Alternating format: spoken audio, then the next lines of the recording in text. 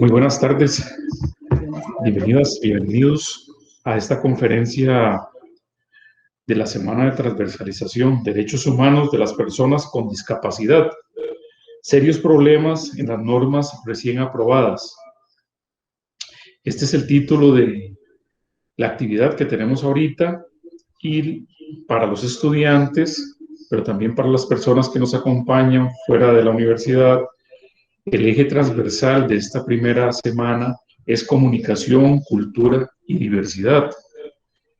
¿Qué más diversidad que la misma humanidad misma? Somos variados y diferentes. Esa variedad, esa diferencia es lo que hace que los seres humanos seamos una gran riqueza. Tener capacidades diferenciadas también es parte de esa riqueza y es parte de lo que tenemos que valorar. En esta actividad nos acompañan Mildred Campos Sandoval. Ella es promotora de derechos humanos y derechos de personas con discapacidad, asesora de la Comisión de Accesibilidad y Discapacidad de la Municipalidad de Coronado, miembro del Foro Consultivo de Personas con Discapacidad en el Consejo Nacional de Personas con Discapacidad e integrante de la Comisión de Empleabilidad de Personas con Discapacidad. Ella ha participado en múltiples conferencias, especialmente con el tema vinculado a discapacidad y autismo. También nos acompaña Karen Rodríguez Castro. Ella es docente y miembro de la Comisión del Posgrado en Estudios Interdisciplinarios sobre Discapacidad de la Universidad de Costa Rica. Es investigadora principal y responsable del Programa de Educación Continua sobre Accesibilidad y Discapacidad y colabora como externa del Centro Nacional de Recursos para la Educación Inclusiva. Es autora de varios textos, especialmente vinculados a el síndrome de Asperger y también de autismo. Por último, Lorena González Pinto. Lorena es una ciudadana guatemalteca costarricense, ticachapina, dicho en gentilicio más coloquial. Es abogada en derechos humanos y ha desempeñado varias funciones a nivel nacional como ciudadana guatemalteca y también ciudadana costarricense en organismos internacionales vinculados a Naciones Unidas, a la OEA, vinculado eso, a estos temas de discapacidad, sistemas penitenciarios, personas en vulnerabilidad, mujeres, niños, adolescentes, etc. Desde 1997, Lorena imparte cursos de Derecho Internacional de Derechos Humanos 1 y 2 en la Universidad La Salle, Costa Rica, y ella es la responsable que a partir del año 2011 UNESCO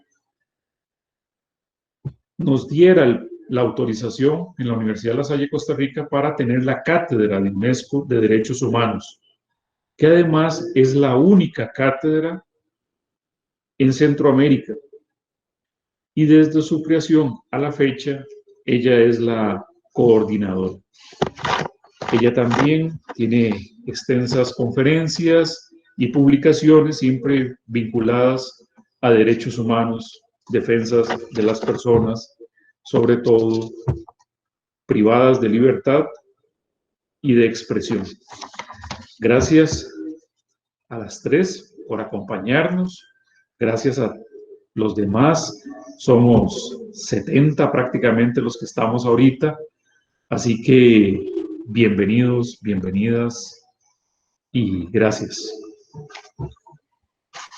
Muchísimas gracias a nuestro rector, don Rodolfo Marín, por acompañarnos el día de hoy y sobre todo a estas 76 personas que tienen un compromiso con el tema de derechos humanos. Estamos en un viernes a las 6 de la tarde, pero yo creo que estas actividades de transversalización de la Universidad de La Salle es un sello que nos diferencia, que nos une también con otras universidades, con otros países. Estamos conectadas ahorita con personas de México, con personas de Guatemala, de El Salvador, de Honduras, y me parece que aprovechar estas redes para poder discutir temas tan trascendentales como el que vamos a trabajar el día de hoy, que es la aprobación de una normativa que se supone va a proteger derechos de las personas con discapacidad sin consultarles a las asociaciones ni a las personas. Como han dicho siempre las personas con discapacidad, nada para nosotros sin nosotros. Y creo que ese es el primer paso que se debe dar, y por eso agradecemos muchísimo tanto a Mildred como a Karen el que también quieran compartir su vasta experiencia y su compromiso y la lucha que han dado por esta causa de los derechos también de las personas autistas.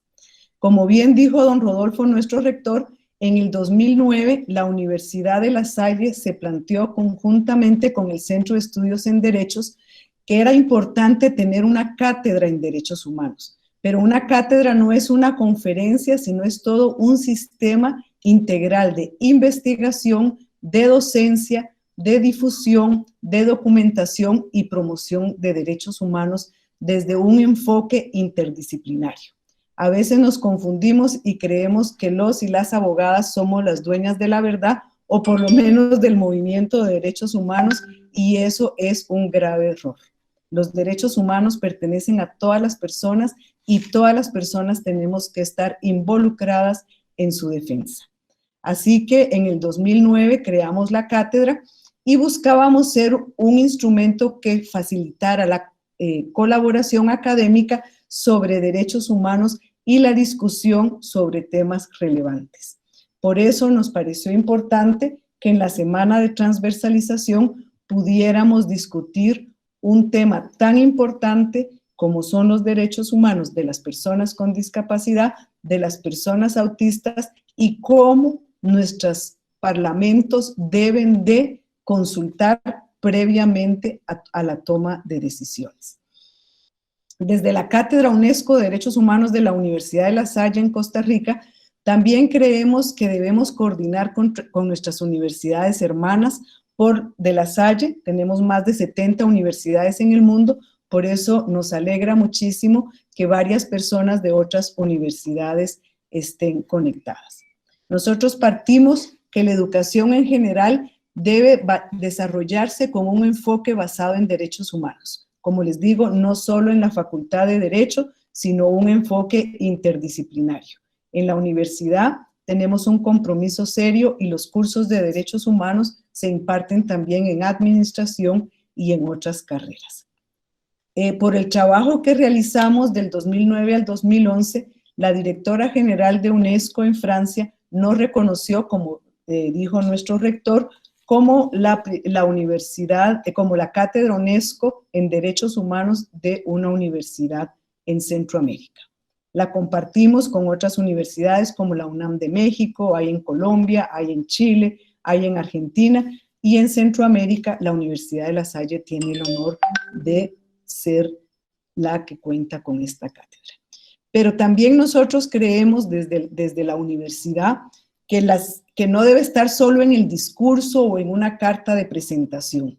Es por eso que hemos tomado en serio el cumplir todos los requerimientos de la Ley 7600, no como una concesión graciosa, sino como una obligación. Y también hemos motivado a nuestros estudiantes para que investiguen cuando alguna institución no cumple.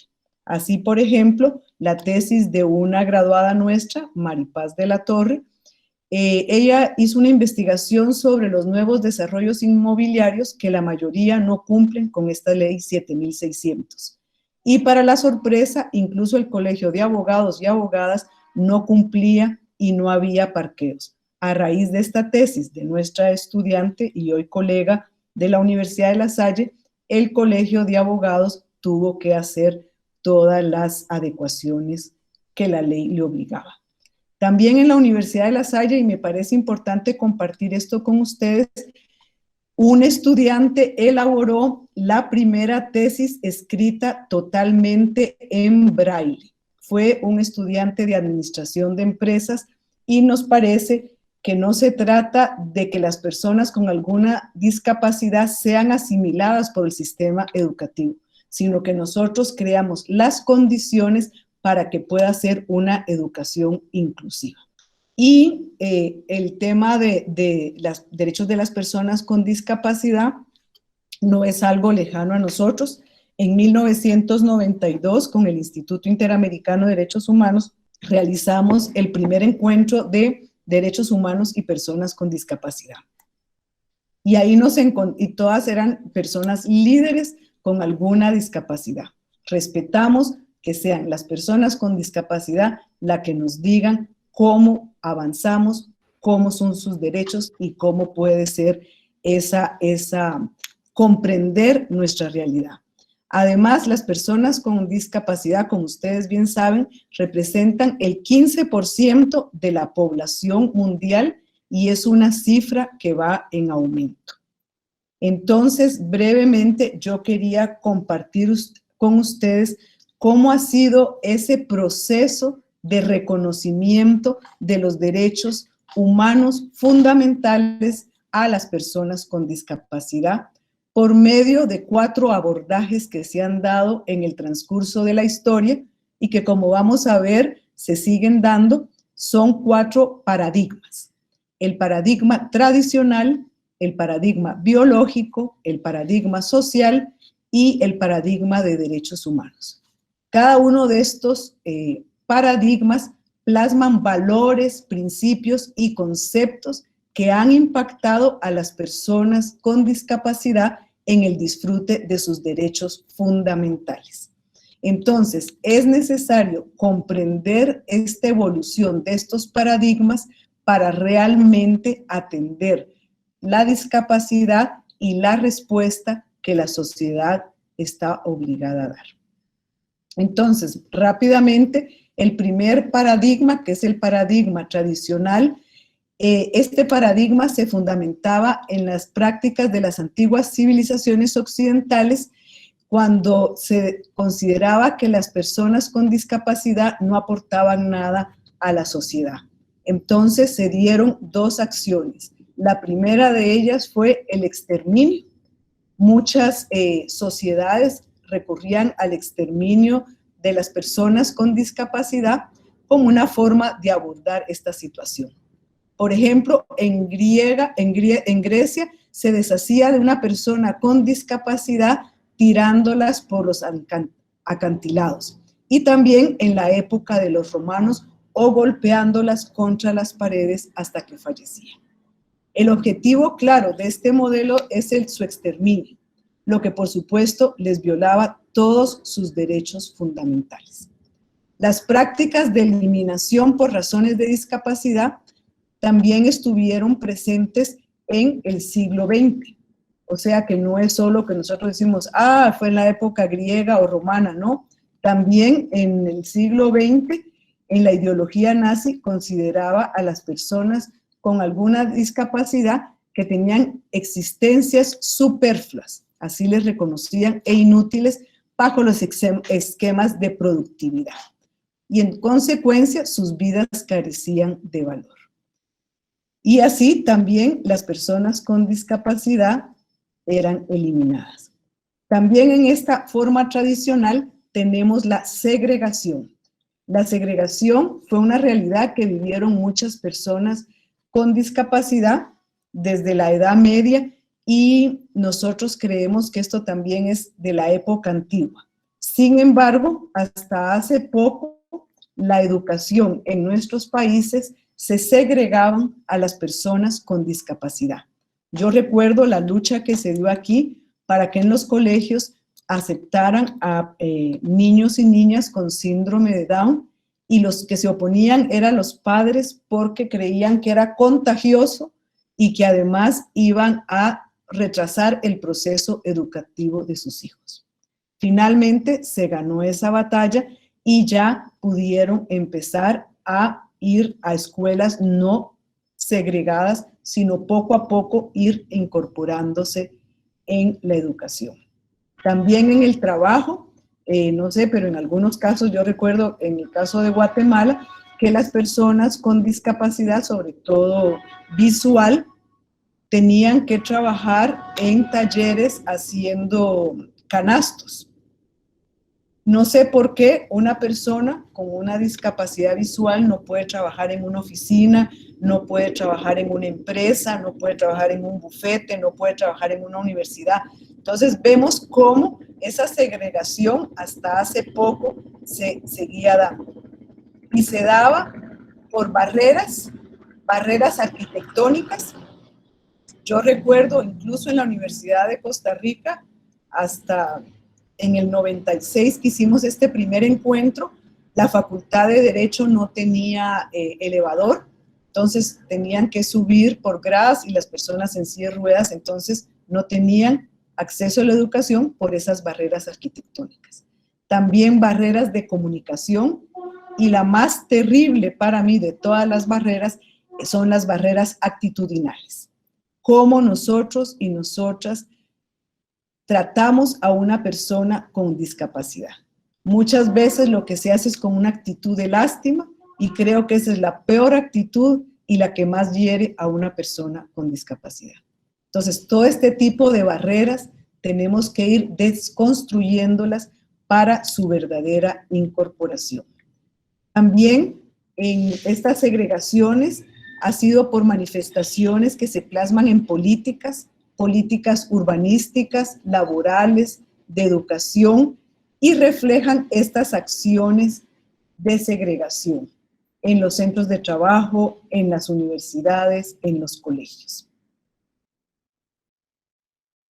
Para no profundizar más sobre este punto, solo quiero decirles que este primer paradigma, el objetivo era olvidar la existencia de esta población. Si la exterminamos o la invisibilizamos, creemos que el problema estaba resuelto.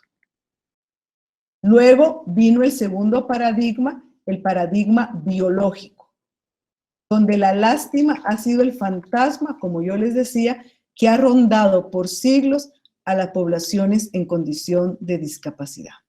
Esas miradas piadosas, de limosna, de descalificación, y la creencia que nosotros somos superiores, sin saber que todas las personas estamos expuestas en nuestras vidas a tener alguna discapacidad, por enfermedad, por accidente, etc.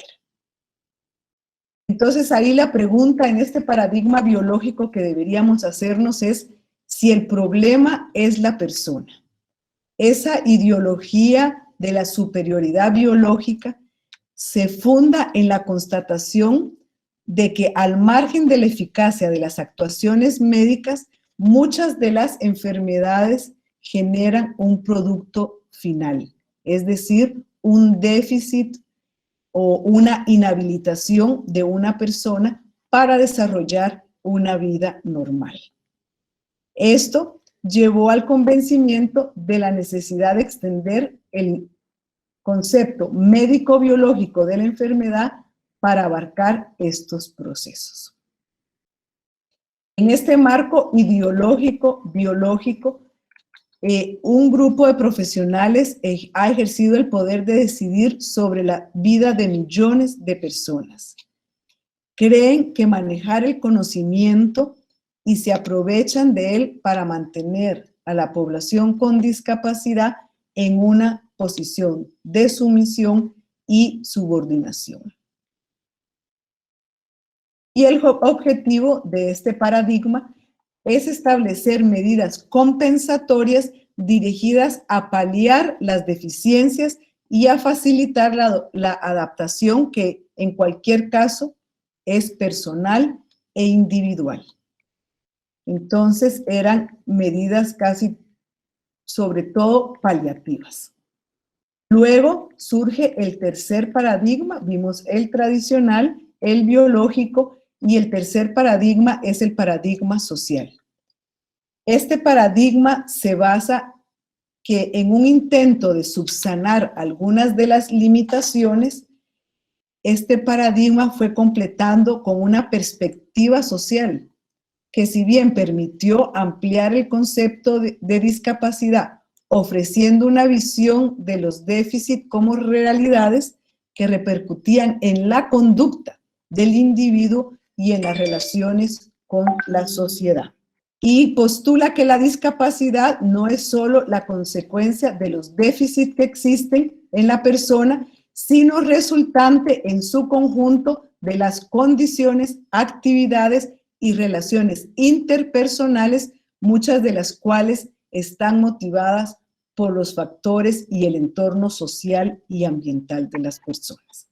Y para finalizar, porque vamos a ser respetuosos con el tiempo, voy a saltarme para llegar al último paradigma que sueño, quiero y trabajo porque sea el paradigma con que las sociedades comprendan el tema de la discapacidad, y es el paradigma de los derechos humanos. Para este paradigma, la discapacidad es un hecho universal frente al cual todas las personas estamos en situación de tener una discapacidad.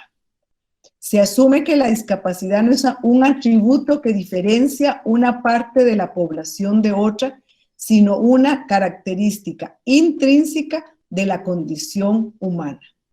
Y la pregunta ahí fundamental es, ¿cómo valoramos esa diferencia? Ser humano significa, en esencia, ser diferente. Y la gran riqueza de los seres humanos está en nuestra diversidad.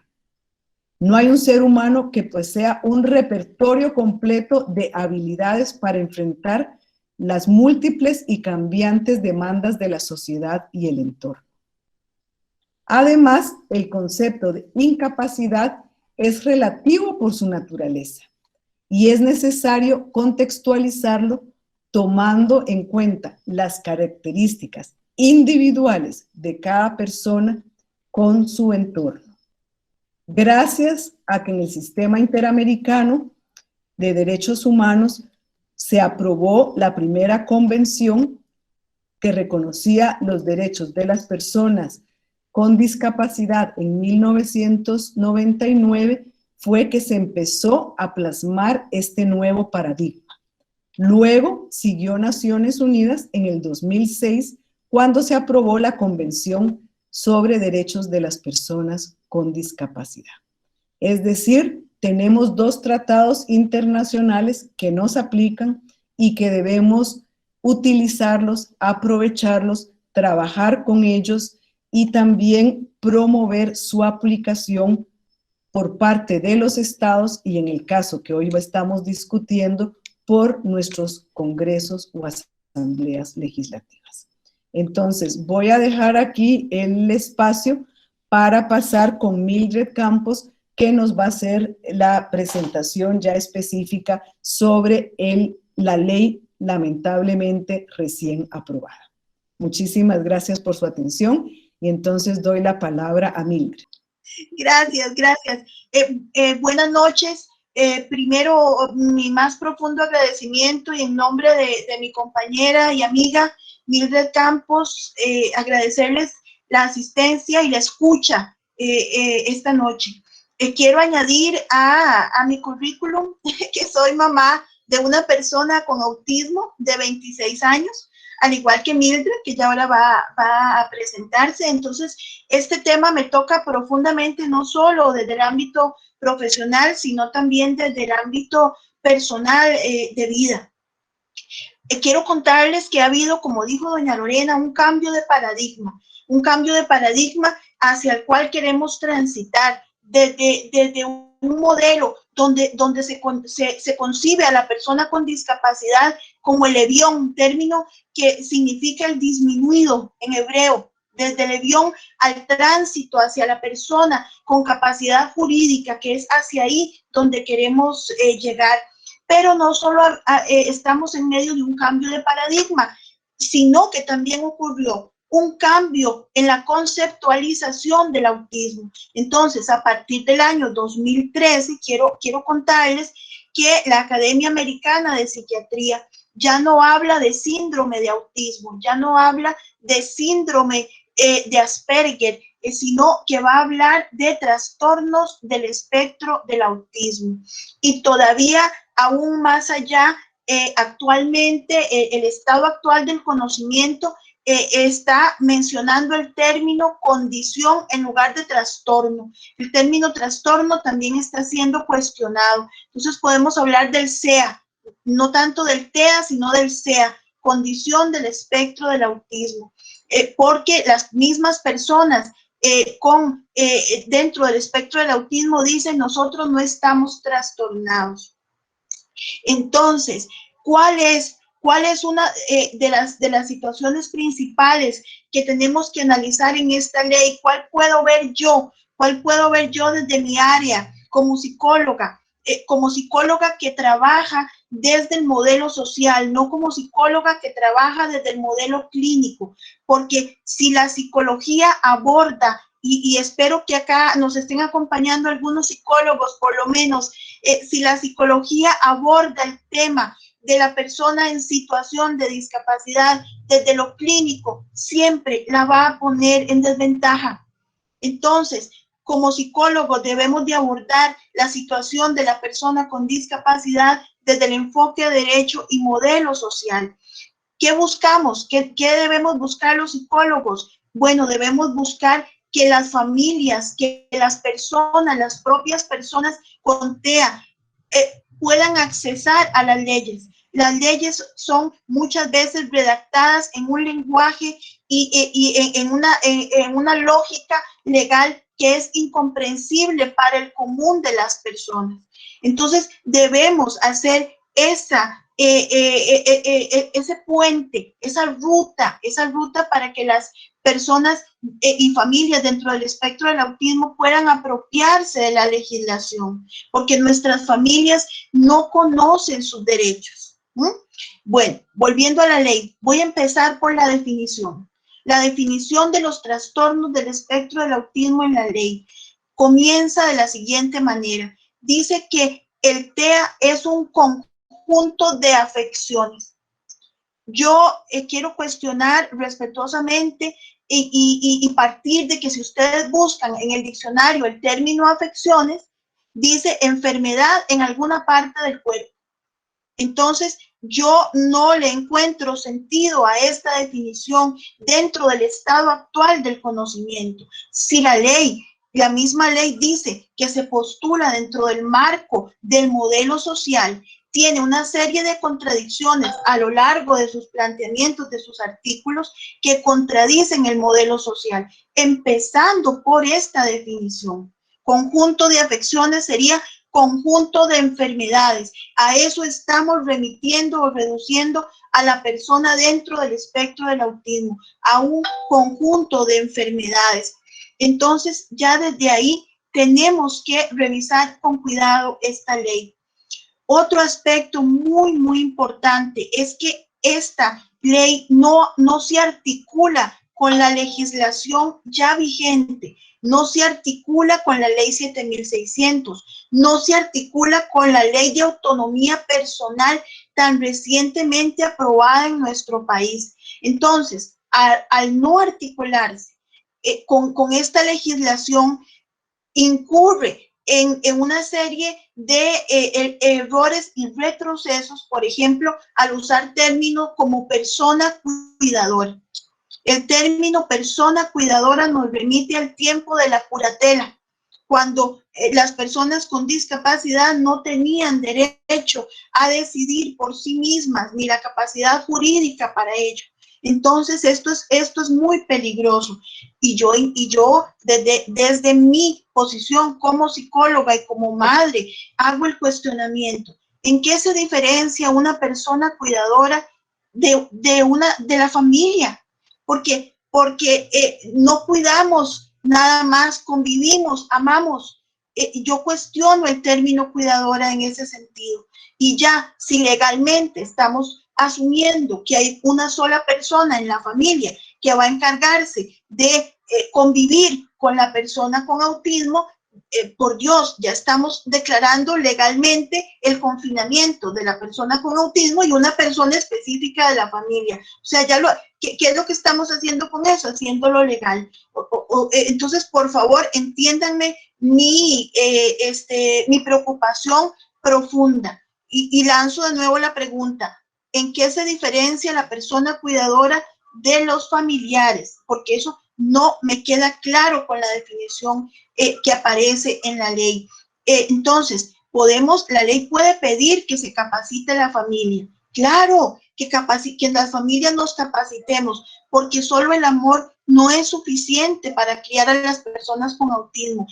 Las familias tenemos que tener conocimiento, pero no debe ser una sola persona. Debe ser toda la familia la que participe de esa convivencia y de esa crianza y de ese vivir diario con su miembro con una situación particular de vida. Ahora, otra cosa, otro aspecto que preocupa muchísimo en esta ley y que Mildred les va a ampliar acerca de esto, son los llamados servicios de acogida o servicios de esparcimiento.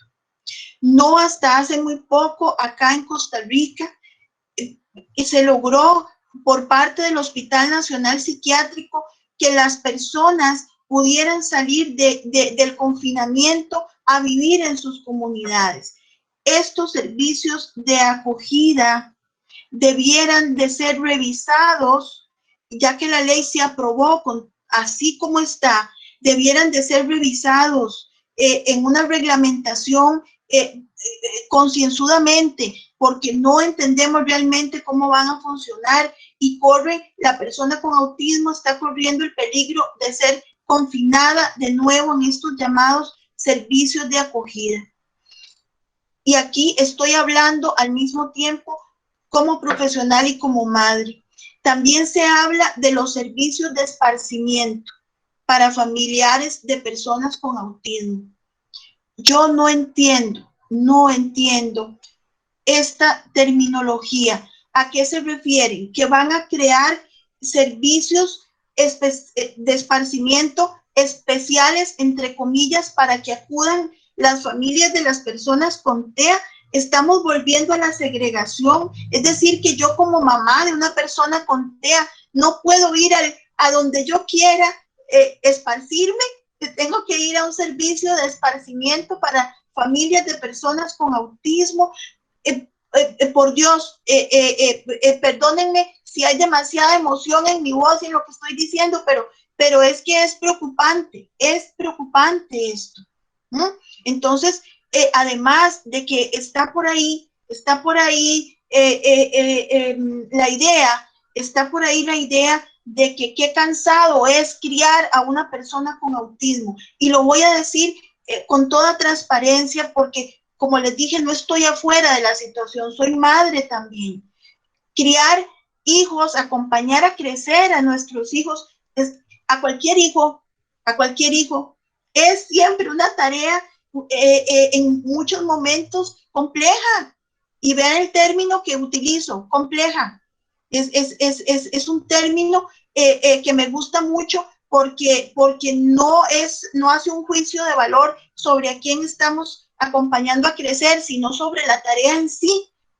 Hay tareas en esta vida que son complejas y que requieren de creatividad, de mucho amor, de esfuerzo.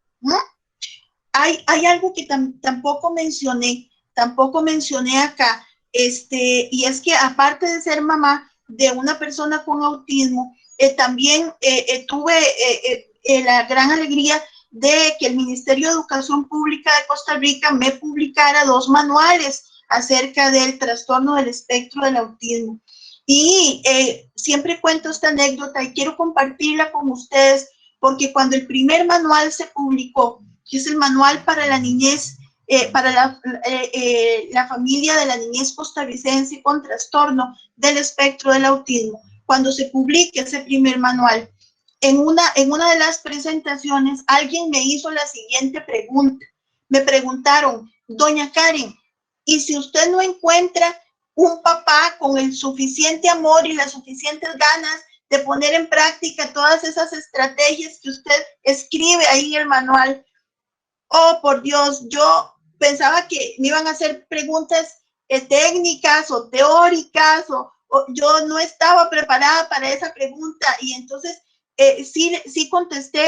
Yo creo que ahí habló la mamá y no tanto la psicóloga, y le dije, bueno, el manual de los papás y las mamás que quieren más o menos a sus hijos, ese lo va a escribir otra persona, porque este es el manual de las familias que queremos con todo el corazón a nuestros hijos, que nuestros hijos no son una carga, no son una desgracia biológica, no son un castigo divino, son personas. Y esa es la diferencia que doña Lorena decía ahora entre el modelo médico rehabilitador, donde se busca curar, intervenir, integrar, se usan esas palabras y por ahí andan en la ley, intervenir, integrar, en lugar de respetar, de educar, de amar, de convivir con las personas con autismo. Entonces hay una gran diferencia en los postulados, y la ley se contradice. En muchos momentos esta ley llega a contradecirse, aparte de que repite también en sus artículos legislación que ya está en otras leyes que a nivel nacional ya han sido aprobadas, pero Mildred es la experta en eso y nos va a hablar dentro de un ratito con respecto a eso. Me preguntan aquí que cómo podemos acceder al manual y termino respondiendo esto para darle el espacio a Mildred. El manual está disponible, es gratuito. Quiero aclarar que es totalmente gratuito, no se vende. Si a ustedes se lo venden, por favor denuncien, porque no debe ser vendido, es para distribución gratuita en el Centro Nacional de Recursos para la Educación Inclusiva, CENAREC. Ustedes pueden meterse al Facebook del CENAREC, y ahí van a estar los enlaces para descargar los manuales en digital. Por el momento quedo acá dándole el espacio a Mildred y muy contenta de estar participando en este conversatorio. Gracias. Bueno, yo voy a empezar por el proceso de consulta a las personas con discapacidad. En Costa Rica, el reglamento de la Asamblea Legislativa tiene un proceso de consulta que está dejando atrás a la población con discapacidad. O sea, el mecanismo que se está empleando en este momento no es efectivo, no es efectivo. ¿Por qué? Porque los diputados tienen que apegarse a ese reglamento, lamentablemente, y la comunicación que ellos envían a las organizaciones de personas con discapacidad es, por ejemplo, con un término de 8 días. Entonces, imagínense ustedes 8 días para analizar un proyecto. Por ejemplo, mínimo cada proyecto tiene 15, 20 páginas. Karen y yo ya llevamos como 15 días y no hemos terminado de analizar Entonces, por ejemplo, y lo mandan vía electrónica, entonces muchas veces no es accesible para personas ciegas, no es accesible para personas con discapacidad intelectual, y ya ahí entonces va creciendo las barreras en el derecho a la comunicación y en el derecho a la consulta de las personas con discapacidad. Entonces, por ejemplo, esto pasó anteriormente había una modificación de la ley 7600 y uno de los problemas se debía a este proceso de consulta. En este proyecto como tal, que estamos hablando de la ley de autismo, por ejemplo, les doy un ejemplo, hubo la eliminación en el proyecto del artículo 25 que hablaba del tema de pensiones. Servicios técnicos de la Asamblea Legislativa le dice a la Comisión de Accesibilidad y Discapacidad, porque se elimina el artículo, que deberían de consultarle a las organizaciones sobre esa eliminación del artículo, y la consulta no se hace también tomando en cuenta que han habido barreras en este tiempo de pandemia. el proceso de consulta a las personas con discapacidad es ampliamente dado en la observación general número 7 del Comité sobre los Derechos de las Personas con Discapacidad del año 2018. Está regulado en el artículo 4.3 de la Convención sobre los Derechos de las Personas con Discapacidad. Y la ex relatora, doña Catalina Demandas, en uno de sus informes del año 2016, porque también se dice mucho que para las personas con discapacidad intelectual, psicosocial, o en este caso para las personas con autismo, dicen que doña Catalina dice que el derecho a participar se aplica a todas las personas con discapacidad, incluidas las que podrían necesitar un apoyo importante para poder expresar su opinión. Entonces, estamos viendo que están dejando de lado a las propias personas con discapacidad en ese derecho de consulta. También quiero aclarar algo muy importante porque, escuché que había gente que no era de Costa Rica. Junto con Karen y otros compañeros, nosotros interpusimos el veto a este proyecto de ley. Y mucha gente se pregunta aquí, ¿por qué pedimos el veto? Y primero quiero aclarar, porque una de las diputadas de la Comisión de Accesibilidad y Discapacidad nos decía que por qué interponíamos el veto total, por qué no interpusimos el veto parcial. El veto parcial no existe. De acuerdo a la Constitución Política de Costa Rica, solo hay un veto. Eso está en el artículo 126 constitucional, y lo que hace uno es que da los argumentos de los puntos que uno cree estar en contra. Nosotros lo hicimos de esa manera, y esto pues lo consultamos con el abogado Fabián Bolio. Él muy amablemente nos aclaró este punto, porque bueno, era extraño que nos dijeran eso, porque no pidieron un veto parcial. ¿Por qué pedimos el veto? Yo también soy mamá de una persona con autismo, igual con Karen. Habían 2 personas también adultas con autismo y 3 organizaciones. Lo pedimos porque, si bien es cierto, este proyecto de ley inicia en el año 2015 y viene con una serie de remiendos y vaya, nosotros son los derechos de nuestros hijos, son los derechos de la población con autismo, son los derechos de la población con discapacidad, y queríamos algo bueno, queríamos algo perfecto. Entonces, teníamos un año de estar visitando la Comisión de Accesibilidad y Discapacidad, no se nos escuchaba. Enviamos algunos documentos con todo lo que voy a explicarles más adelante y lo que Karen les ha explicado, y no fueron incorporados muchas cosas en el proyecto. Entonces era como nuestra última carta, ¿verdad? Era como tirar la última carta. El presidente firmó en esta semana la ley, no acogió el veto, pero nosotros tenemos que seguir insistiendo. Incluso hacemos un llamado a las organizaciones de personas con autismo, porque hay que seguir insistiendo en que estas cosas sean incorporadas en el reglamento. Entonces, eso para aclararles y para contarles un poquito.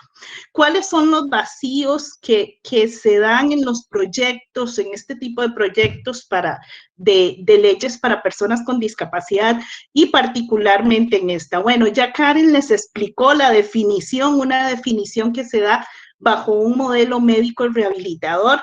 Entonces, nosotros tenemos que empezar, todas las personas tenemos que empezar por apartar ya ese paradigma médico rehabilitador del cual nos explicaba la profesora Lorena, porque es el movimiento de los derechos de las personas con discapacidad de los años 60 ha dado una lucha muy grande por eliminar estos paradigmas. Entonces, nosotras como familias tenemos que también eliminar estos paradigmas, ¿verdad? Entonces, un proyecto de ley que ya desde la definición del autismo viene con una definición médico rehabilitador, pues ya nos preocupaba mucho, nos preocupó bastante. el término de servicios de acogida, que ya Karen les habló un poquito. Luego, en este proyecto se habla de personas cuidadoras. Es muy importante que en los proyectos de ley de personas con discapacidad se cuide ese término de personas cuidadoras. Yo hubiera preferido poner, por ejemplo, persona de apoyo o asistente personal o bien familiares. Por ejemplo, en Costa Rica existe la ley de autonomía personal y habla del asistente personal en el artículo 2, inciso K. Entonces, no entiendo por qué pusieron ese término de persona cuidadora, si ya teníamos una definición de asistente personal para la población con discapacidad. Entonces, ¿qué habría que esperar ahora en la reglamentación? Que este servicio de cuidado se defina más en el apoyo que esa persona debe dar. Es importante que la persona respete el derecho a decidir de esa persona con discapacidad, en este caso de la persona con TEA, que no la haga un objeto, sino debe ser un acompañamiento, un apoyo para fortalecer las capacidades de esa persona. Nos preocupa también que no se define la palabra situación de dependencia, que se usa mucho en el proyecto. Yo también le hubiera cambiado en lugar de situación de dependencia por altas necesidades de apoyo.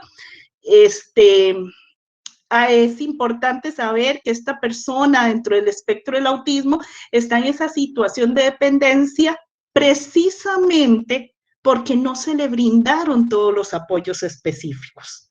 Entonces hay que hacer esa aclaración. La situación de dependencia tiene que definirse no tanto en la limitación de la persona, sino en las barreras que esa persona ha tenido para llegar a esa situación de dependencia. Agustina Palacios es una autora en temas de discapacidad. En el libro Derechos Humanos y Situación de Dependencia, dice que no se debe inclinar por detectar la limitación en las definiciones y que la autonomía en ciertos casos se encuentra más restringida, en este caso en las personas con TEA, no significa que deba ser anulada esa autonomía a esa persona. Puede ser más restringida, pero no se le puede anular ese derecho. Nos preocupa también que a veces se utiliza el verbo deberá en algunas responsabilidades institucionales. Deberá, bueno, de ahí es facultativo, si quieren lo hacen, ¿verdad? En el capítulo, hay un capítulo que habla de la participación de las organizaciones no gubernamentales.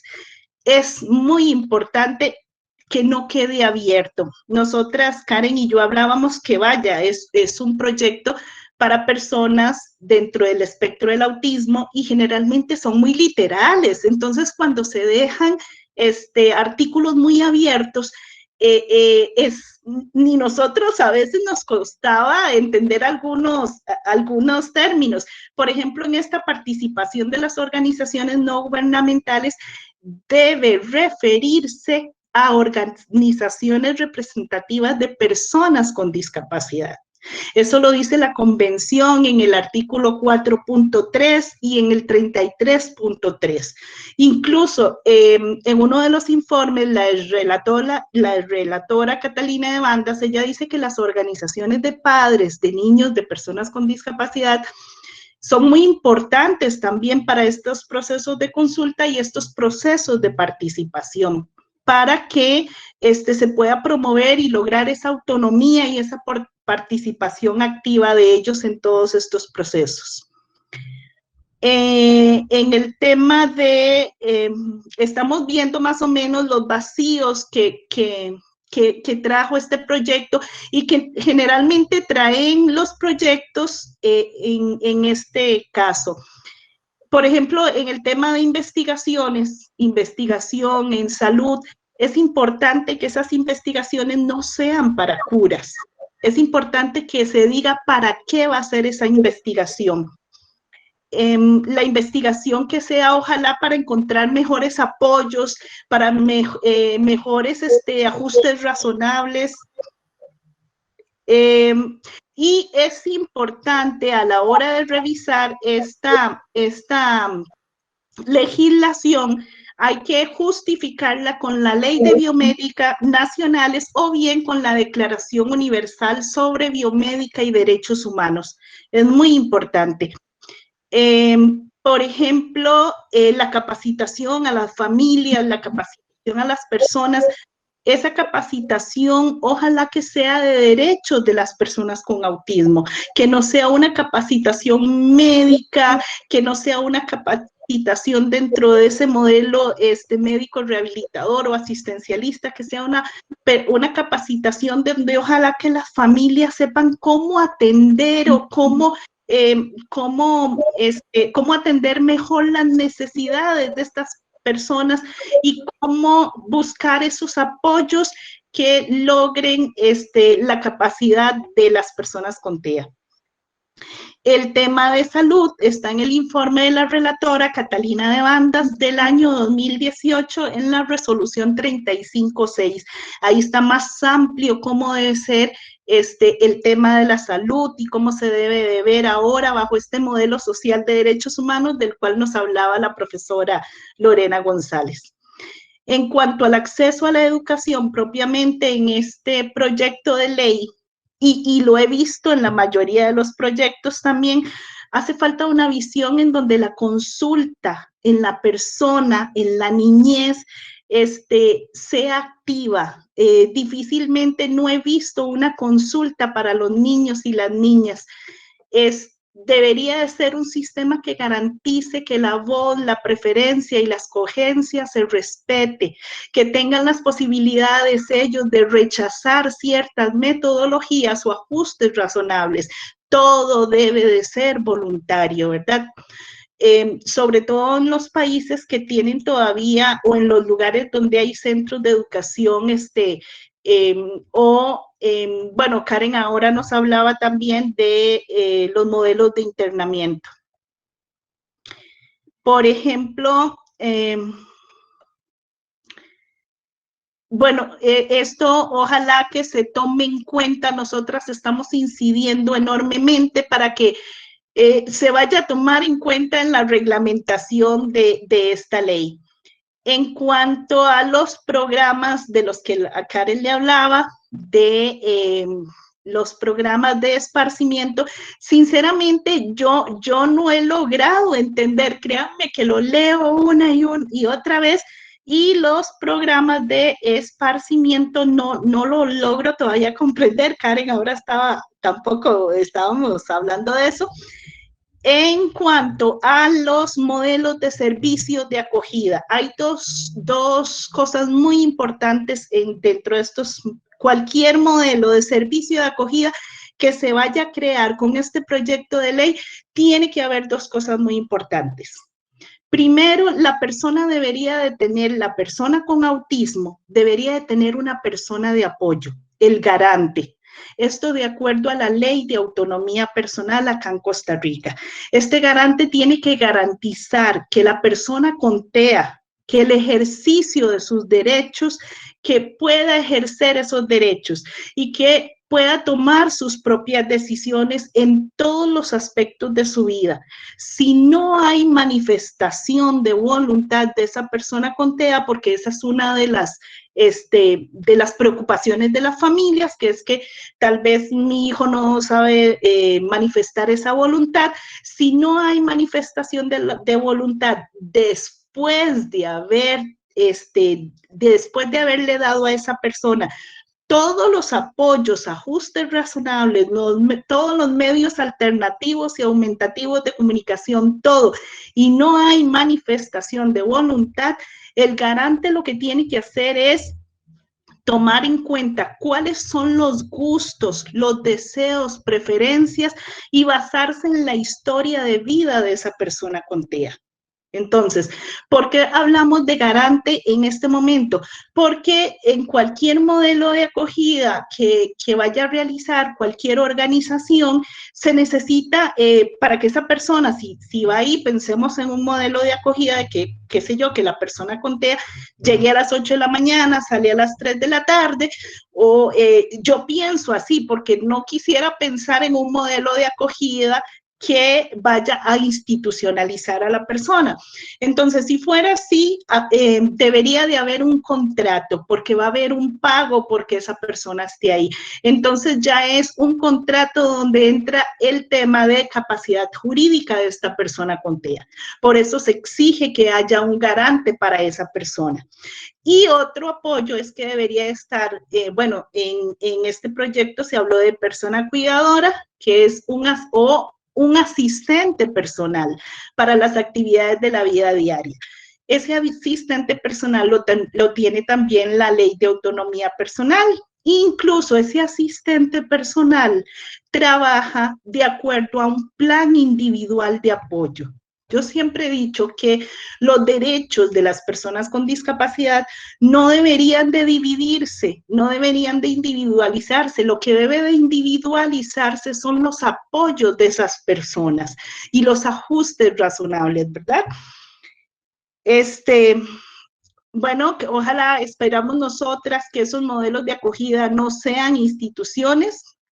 Lo ideal es empezar a trabajar sobre las redes de apoyo, servicios en la comunidad que le permitan a la gente quedarse en la casa, que le permiten a esas personas con TEA ser parte de la comunidad, porque vaya, si aunque toda la sociedad sea accesible, siempre va a haber gente que necesite apoyos para desarrollar ciertas actividades de la vida diaria. Entonces, el término acogida no puede plantear servicios de institucionalización. Se puede pensar en vivienda con apoyos, por ejemplo, redes de apoyos en la comunidad. Esto está muy bien definido sobre el tema de la decisión de la persona, a su capacidad jurídica, a su derecho a decidir sobre su vida en la opinión consultiva número 1. Bueno, yo llego hasta acá. Si tienen alguna pregunta, es rápidamente por el tiempo, pero los vacíos, nosotros todo esto siempre lo tratamos de manifestar en esos documentos enviados a la Comisión de Accesibilidad y Discapacidad. Necesitamos hacer fuerza, las familias, las personas con TEA, necesitamos hacer fuerza para que esto se incluya en la reglamentación. Necesitamos que esta sea una ley bajo ese modelo social de derechos humanos, no seguir arrastrando ese paradigma médico rehabilitador. A veces a las familias nos cuesta un poco porque nos han dejado de lado, pero en esta capacitación en derechos humanos, porque no podemos seguir decidiendo sobre la vida de nuestros hijos, no podemos seguir anulándoles esa personalidad, ese derecho a la autonomía, esa capacidad jurídica. Son personas y así como nosotros tuvimos los derechos, debemos de seguir luchando por esos mismos derechos de ellos. Muchísimas gracias y cualquier persona, espero haber sido lo más clara posible.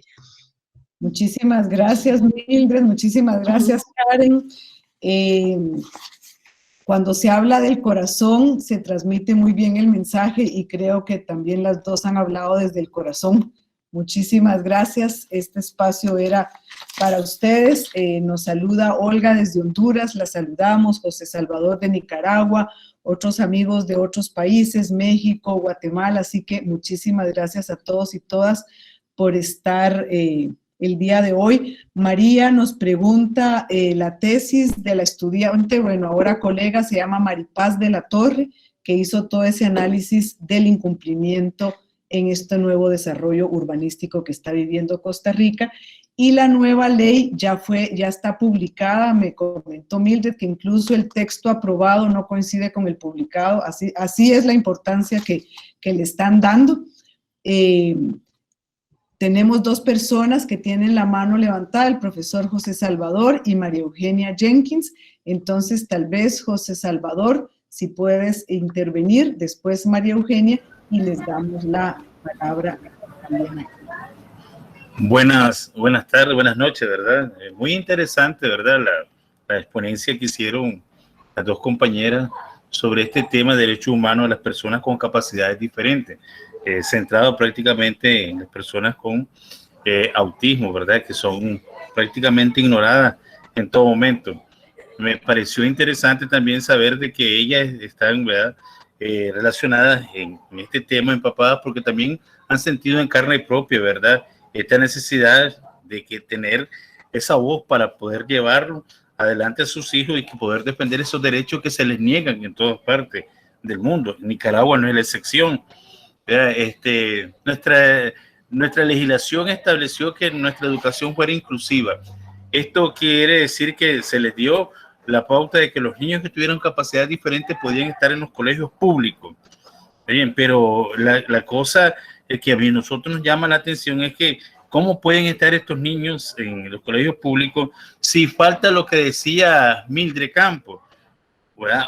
Un programa de capacitación a estos maestros para poder enfrentar en determinado momento cualquier situación que se les presente con estos niños que tienen capacidades diferentes.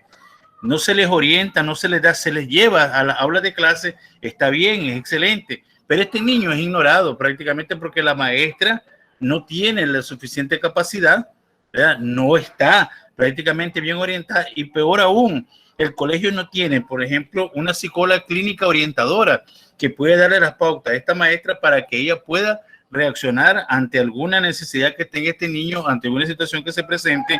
Y es preocupante la situación porque los niños, además, aunque estén dentro de las aulas de clase, son relegados porque están con otros niños que ellos cumplen, que hacen, este niño los apartan, pero no es culpa de la maestra. Yo una vez le dije a una maestra, bueno, pero ¿qué hace? ¿Qué voy a hacer si no sé qué voy a hacer con estos niños? La verdad es que no tienen la culpa. Debería prepararse a todos los docentes, ¿verdad?, que van a lograr hacer esta inserción de estos niños para que ellos puedan tener prácticamente aquellas armas necesarias que les permitan actuar en la educación de estos niños y hacerlos a ellos, ¿verdad?, partícipes de este sistema educativo. Y yo sé que eso va a ser muy bonito, muy hermoso, porque los colegios, por ejemplo, privados como nosotros, la Salle, nosotros tenemos nuestra psicóloga, ¿verdad?, clínica y orientadora. Ellas nos vienen capacitando, nos vienen dando herramientas, nos vienen dando lo suficiente, ¿verdad?, conocimiento para que nosotros podamos actuar en aquellas situaciones, pidiéndonos que hagamos algunas hojas de aplicaciones pedagógicas muy especiales para ellos, ¿ya? Y no los relegamos, ellos actúan con nosotros, están con nosotros y participan de la clase de algún otro momento. Por eso es que creo que yo comparto lo que decía Mildred, ¿verdad? Y la felicito, Mildred. Muchas gracias por su, ¿verdad?, exponencia y buenas noches. Gracias. Permiso, voy a recomendarle en el tema de educación, la observación general del Comité de Derechos sobre las Personas con Discapacidad, la número 4, habla del tema de educación inclusiva. Ahí están todas las pautas que los estados deberían de tomar a la hora de implementar ese derecho a la educación inclusiva. Y en la Convención sobre los Derechos de las Personas con Discapacidad es el artículo 24. Sí, tiene razón usted, es deber del Estado capacitar a los docentes porque es un derecho que no se le puede negar a ningún niño, ni niña, ni adolescente en cualquier condición de discapacidad, pero es un derecho. Estos dos documentos hablan ampliamente sobre ese derecho. Muchas gracias. Por favor, María Eugenia, bienvenida. Buenas noches, muchas gracias. Yo quisiera tocar el puntito del esparcimiento. Soy recreóloga y tal vez irme desde el punto de vista, a hacer el comentario desde el punto de vista de los derechos al uso adecuado del tiempo libre de todos los seres humanos, no solamente de las personas con alguna discapacidad, ¿verdad? Siempre me confundo cómo se debe llamar, cómo debe usarse el término adecuado. Bueno, Entonces, lo que quisiera decir es que desde la Constitución política, de las políticas públicas, desde los derechos, los escritos de derechos humanos, todos los seres humanos tenemos, valga la redundancia, deberíamos tener la opción de recrearnos. Esa recreación que sirve para el estímulo, para el desarrollo integral de todas las personas, de todos. Una de las organizaciones que debería proveer programas para que en nuestro tiempo libre podamos asistir a ellos son los comités cantonales, las municipalidades de cada cantón de nuestro país, ¿verdad? Ellos tienen un ingreso económico que deben distribuir entre la recreación, el uso adecuado del tiempo libre y el deporte. Y esa recreación se debe ofrecer desde el punto de vista físico, social, espiritual, emocional, a todas las personas. Entonces, yo creo que por ahí es donde deberíamos tratar de que ese derecho al esparcimiento sea ofrecido a todas las personas. Gracias. Muchísimas gracias. Vino que el comentario de Alejandra García. Es realmente inconcebible que en el siglo XXI haya un rechazo a una persona que está pidiendo, no sé si la condición de ustedes era refugio en Canadá y se rechace porque tiene un niño con síndrome Down. Me parece que es un caso que puede llegar incluso hasta la Comisión Interamericana de Derechos Humanos. Comentarles que hay una relatoría especial sobre los derechos de las personas con discapacidad que busca precisamente no solo presentar cuáles son los desafíos, sino las violaciones a los derechos humanos. Como bien dice Mariechen también, la importancia del lenguaje. A veces discriminamos a través del lenguaje o invisibilizamos lo que no queremos ver. Entonces, me parece que es importante que el estudio que han hecho ellas sobre la legislación con todas estas organizaciones también estudie el tema del lenguaje, porque en el lenguaje también estamos siendo peyorativos contra las personas con discapacidad y también queriéndolas invisibilizar. Vamos a ver, alguien más había subido la mano, déjenme ver que no. Permiso, en cuanto al rechazo de la persona con síndrome de Down, ya hay una manifestación de un caso en España.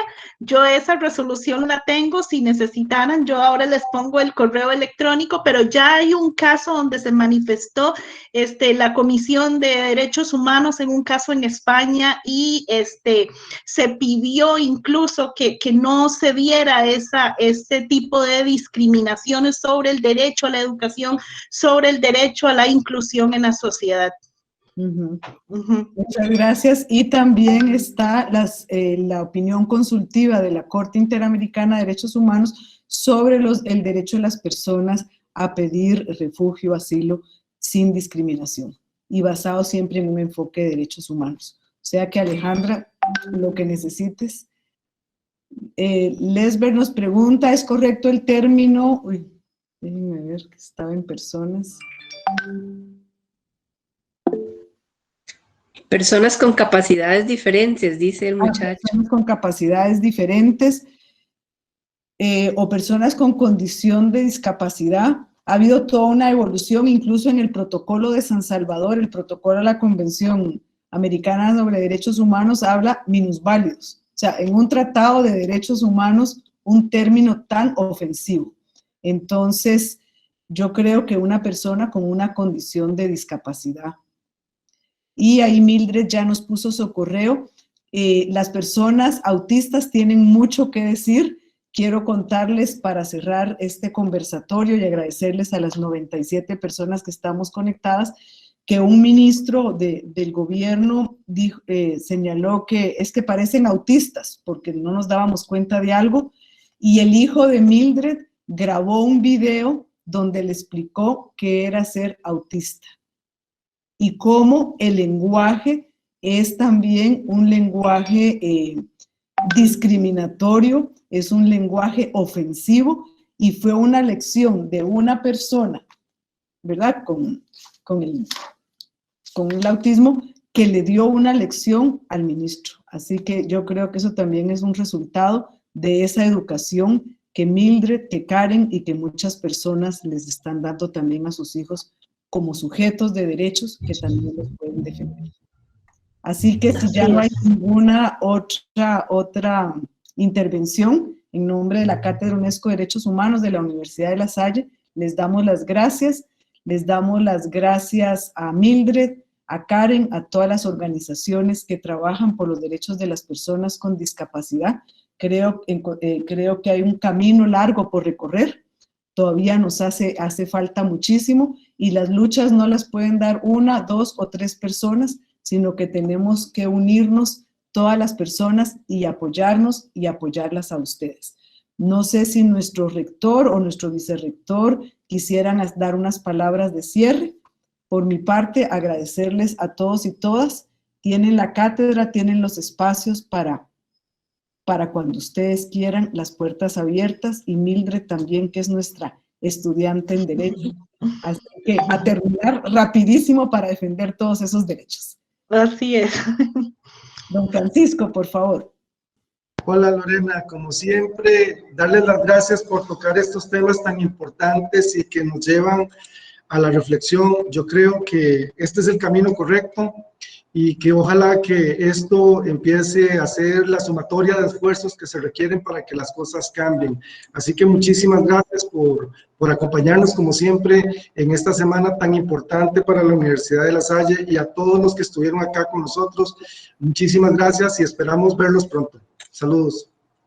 Muchísimas gracias a nuestro vicerrector también por habernos acompañado. Creo que es un tema que ha convocado también a nuestro rector, nuestros vicerrectores, así que muchísimas gracias a nuestros estudiantes también, a las personas de otros países.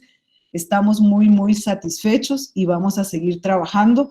Y si no se reglamenta, podemos presentar una petición ante la Comisión Interamericana de Derechos Humanos, porque hay una violación de jure, ¿verdad?, de derecho, por no reconocer lo que ya está en la Convención para la Eliminación de la Discriminación de Personas con Discapacidad. Así que a todos y todas, muchísimas gracias, feliz noche y seguimos trabajando. Buenas noches, gracias. Saludos. Gracias, muy provechosa. Muchas gracias. Muchas gracias. Gracias. Gracias. Gracias. Gracias. Gracias.